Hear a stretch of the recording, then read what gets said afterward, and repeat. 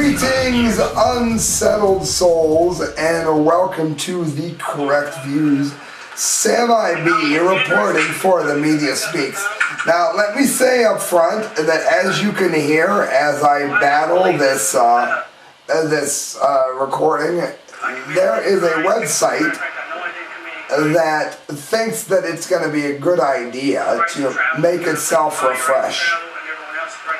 Now, if a website, especially when I'm live on air, if a website thinks that it's a good idea to keep refreshing, do you think I'm going to promote them on air? Nope. There's one story tonight. I'm not going to tell you where it's from, because this is the pissed off face. I'm pissed off because people at this site need to learn how to build a website that doesn't piss off people that cover their news. Alright guys, Sam I.B. reporting for The Media Speaks, 5 in the morning. You have no idea the amount of work it took me to do this show today. Everybody that could possibly drive me freaking crazy in one day has managed to do so all on the same day. And I'm telling you people, I am at like wit's end. So you're welcome to join me at the Media Speaks. Click on the link. You're welcome to join me. Facebook has the link. If you have a camera, by all means, please join me. If you want to talk to me, we'll talk. If you want to debate me, we'll debate. If you want to fight me, today's probably not the best day to do it, because I'm ready to fight you. Alright guys, enough personal info. I am having a bad day. I'm going to make sure that all of you have a wonderful day. This is from the National Review Online, nationalreview.com. Human exceptionalism. Assisted suicide is a turn-on. And this is a problem for me.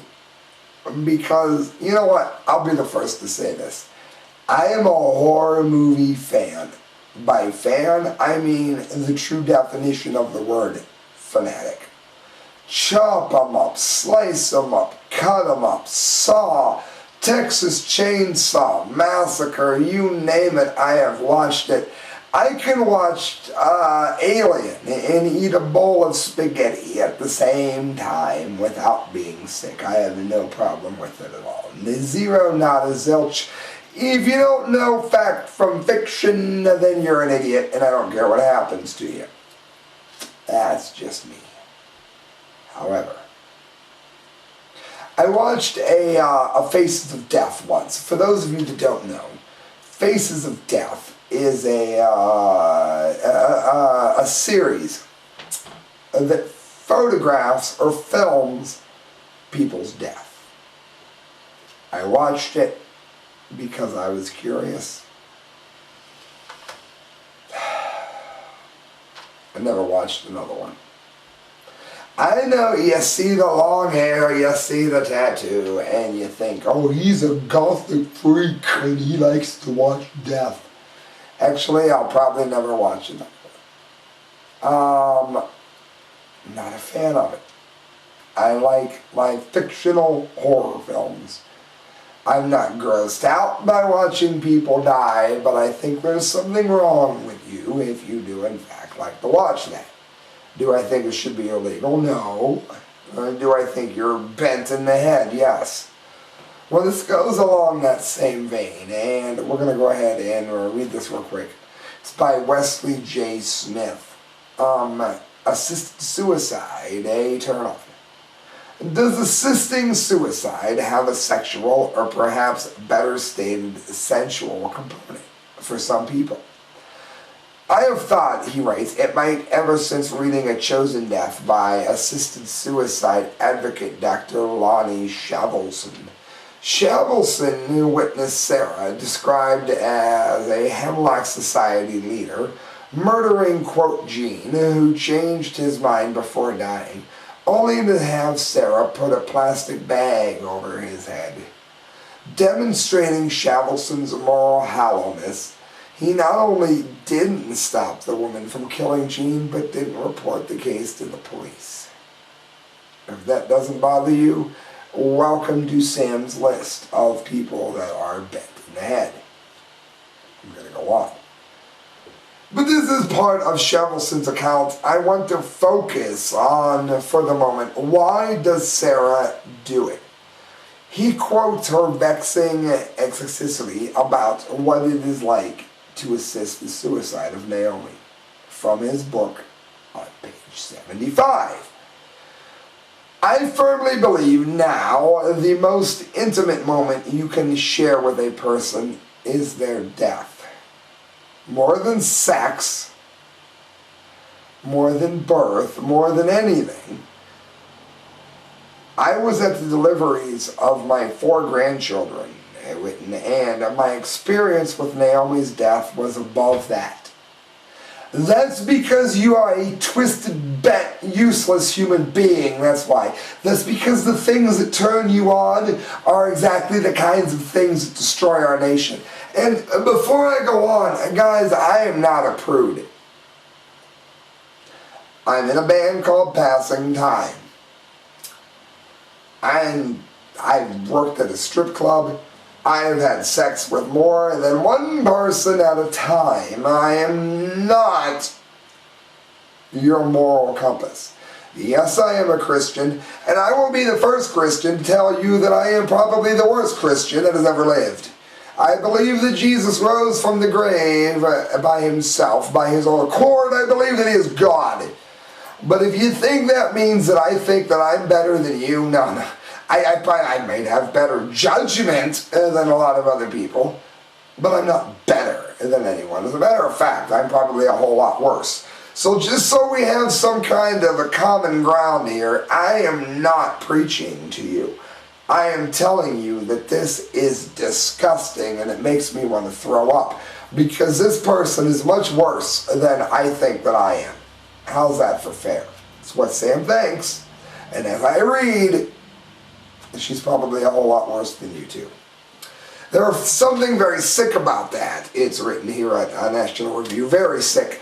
Now, the international assisted suicide rock star Philip Nitschke, who famously said suicide pills should be available in supermarkets and allowed to quote-unquote trouble teens, admits that helping people kill themselves gives him a sexual thrill. This is from the Canberra Times. In a recent autobiography, Philip Nitschke makes an astonishingly frank disclosure.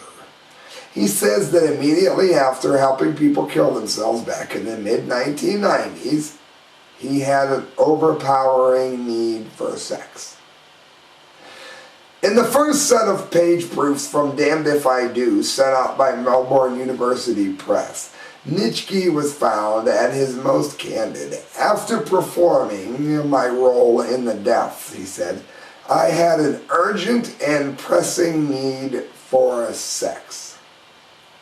He was having an affair with a journalist, and the sex, he says, was frantic and sometimes desperate. The author writes, I wonder if Jack Kevorkian was similarly turned on. Guys, let me tell you something. My dad was an LPN, God rest his soul. He was fighting for his life at the time that he died, but unfortunately, he didn't choose to fight for it in time. He waited too long, and now he's no longer with us. And that was his mistake. What I'm saying is that if someone wants to die, I don't have a problem with it. That's between them and God. If you're listening to this and you want to die, I would rather that you contacted someone. If you want to get a hold of me, get a hold of me. I won't tell anybody. I'll keep it between you and I. I won't call the police or anything. I'll do my best, and if you die, I tried. I'll put that out there openly. I'll do my best. Don't kill yourself. Talk to me. And if I can't change your mind, then I tried. But if you kill yourself when I tried, I'm not going to go and have sex afterwards because I think that you turned me on. Guys, I reported on this because it's important. Eugenics, killing large amounts of people to a finished... I call eugenics this.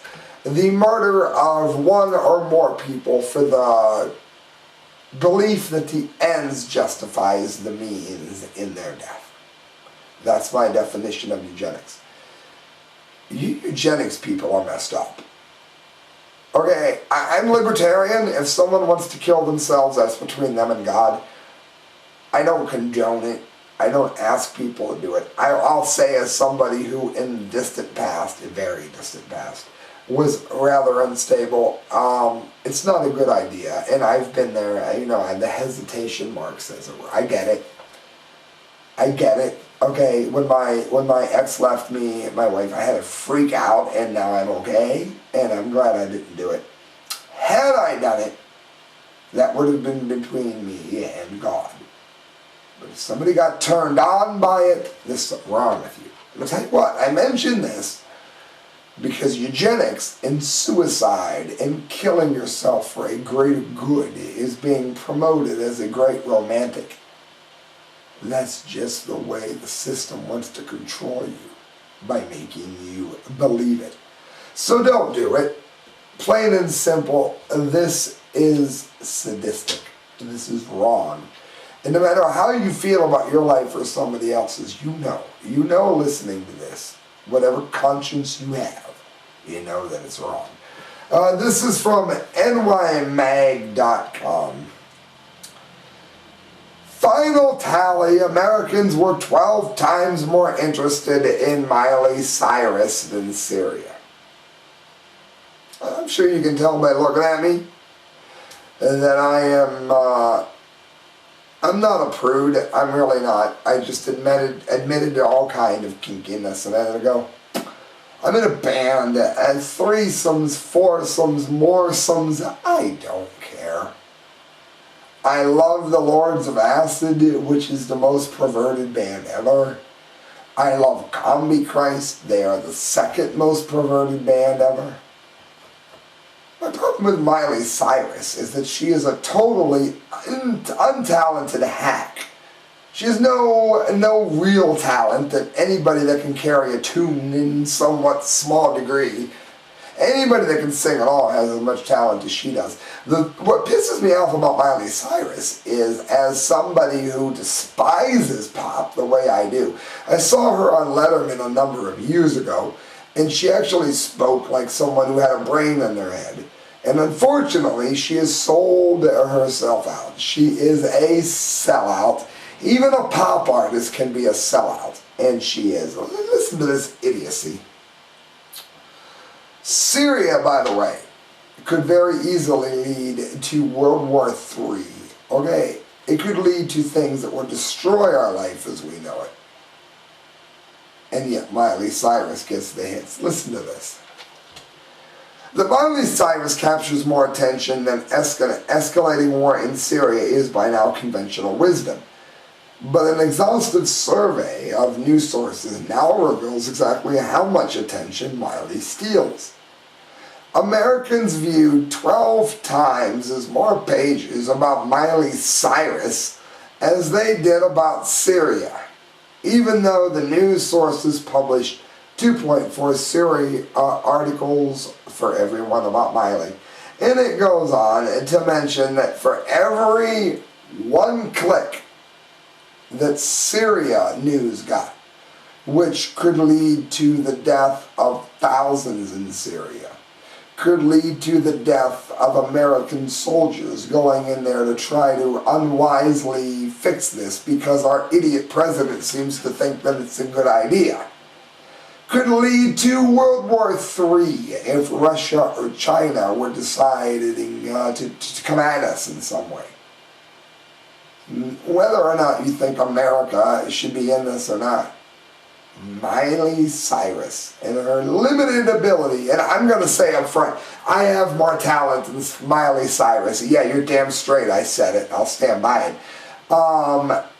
Miley Cyrus got 12 times as many hits as anything about Syria. Here's some good news. I'm not going to say exactly where it's from, because I have two news stories from a website that felt that it would be wise to make it refresh. So I'm not going to say where the article's at.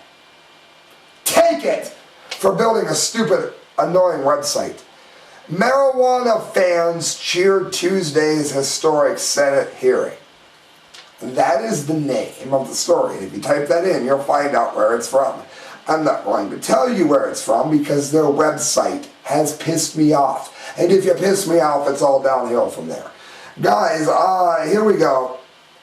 The Senate Judiciary Committee will open landmark hearings Tuesday in the nation's capital that could ultimately lead to the legalization of marijuana, or at least resolve the deep divide between a federal government that has sent mixed messages on prosecuting users and the growing number of Americans who want the drug to be illegal for medical or recreational use.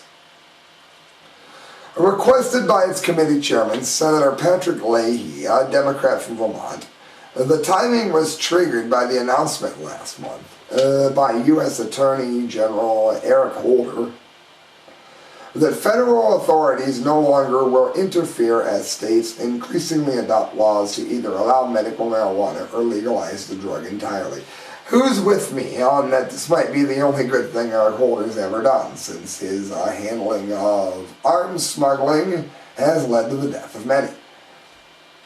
In calling for the hearing, Lee himself questioned whether at a time of severe budget cutting, federal prosecutions of marijuana users are the best use of taxpayer dollars. Clearly, marijuana is for the most part a victimless crime. I know, on the really large shipments, once in a while people get shot over it. But the truth is, that wouldn't be happening if it was legal. Lee favors legalization, said Dan Rifle, Director of Federal Policies for the nonprofit Lobby Marijuana Policy Project in Washington, D.C. Rifle said that he hopes for a breakthrough in the hearing that would lead to changes in federal banking laws, allowing marijuana sellers to accept credit cards and checks, not just cash.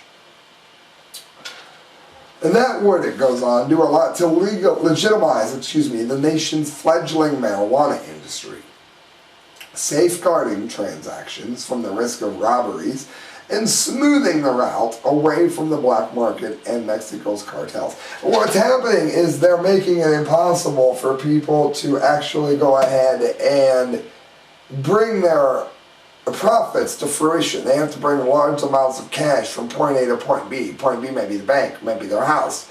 That opens them up for robbery. And the only trouble with marijuana, it tends to be in the way that the law tries to stifle its popularity. But the biggest question, the elephant in the room, is that we have an administration that's essentially working around federal law to allow states to legalize marijuana.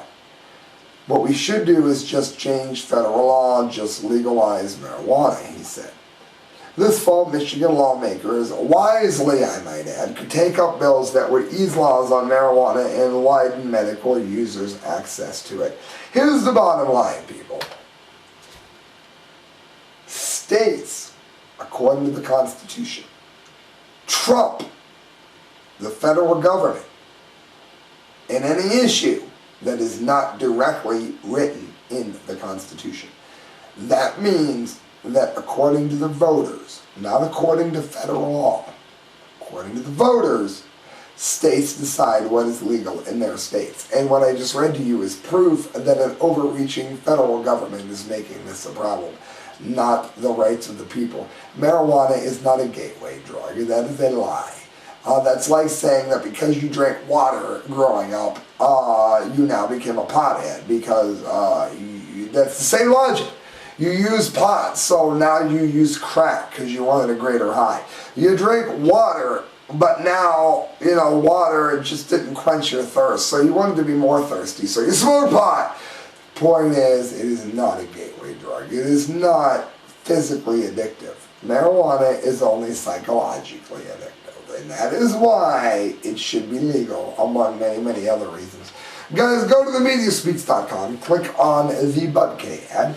When you click on Bud-K, you will be helping the Media Speaks. You'll be helping the correct views. And I'm going to go over some of the really cool things that are on their site. Black Legion Wilderness Survival Knife, $19.99. If you ever need to stab anybody, this will get the job done. Check M10M mask, gas mask with filter and drinking tube at $24.99. When's the last time you saw a gas mask with a drinking tube? Nice invention, less than 30 bucks. The Undead Apocalypse Katana Samurai Sword, $29.99. Anything, anytime, anywhere, Marine Recon Bowie Knife and Sheath, $19.99. They got everything at Bud K. I've had some martial arts training, and I can tell you right now that their katanas are beautiful. U.S. Marine 1942 leather neck sword and sheath is also beautiful. Though I'd have to use that a little bit differently than I was trained to use a katana. But $29.99 is practically giving that away. I know enough about swords to be able to tell you that. So guys, go to themediaspeaks.com, click on the Bud K ad, and when you do, you will be helping the Media Speaks. You'll be helping the correct views, and we will be very thankful. So please do so. Guys, Reason.com, a font to discourage NSA snooping. And the last three articles are really good news. It's news that talks about how people are starting to rise up. Because people are getting more and more furious at the fascism, communism, and overreach of governments all over. This is from